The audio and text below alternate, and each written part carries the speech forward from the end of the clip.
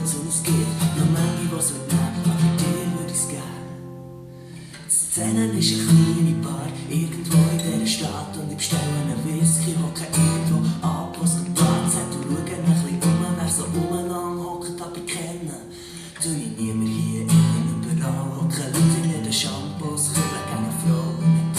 Und nippen an einem Foto hängen aneinander an. Reden etwas über nichts und nur ich bin allein. Hier und da wechselt das Licht, hier und da verschwinden wieder zwei. Irgendwo, irgendeines geht hinten, dunkelblaue Vorhang auf. Hier am Vorhang hat's eine Bühne, auf der Bühne steht eine Frau in den Unterhosen, irgend so eine Show zeigt.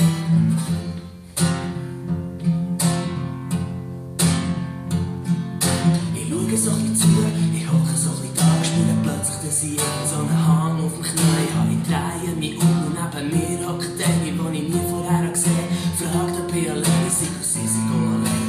Ich soll nicht überlegen, wie gefällt ihnen so, sie will einfach ein bisschen reden. Vielleicht sollte ich ihr noch sagen, sie sieht schön aus.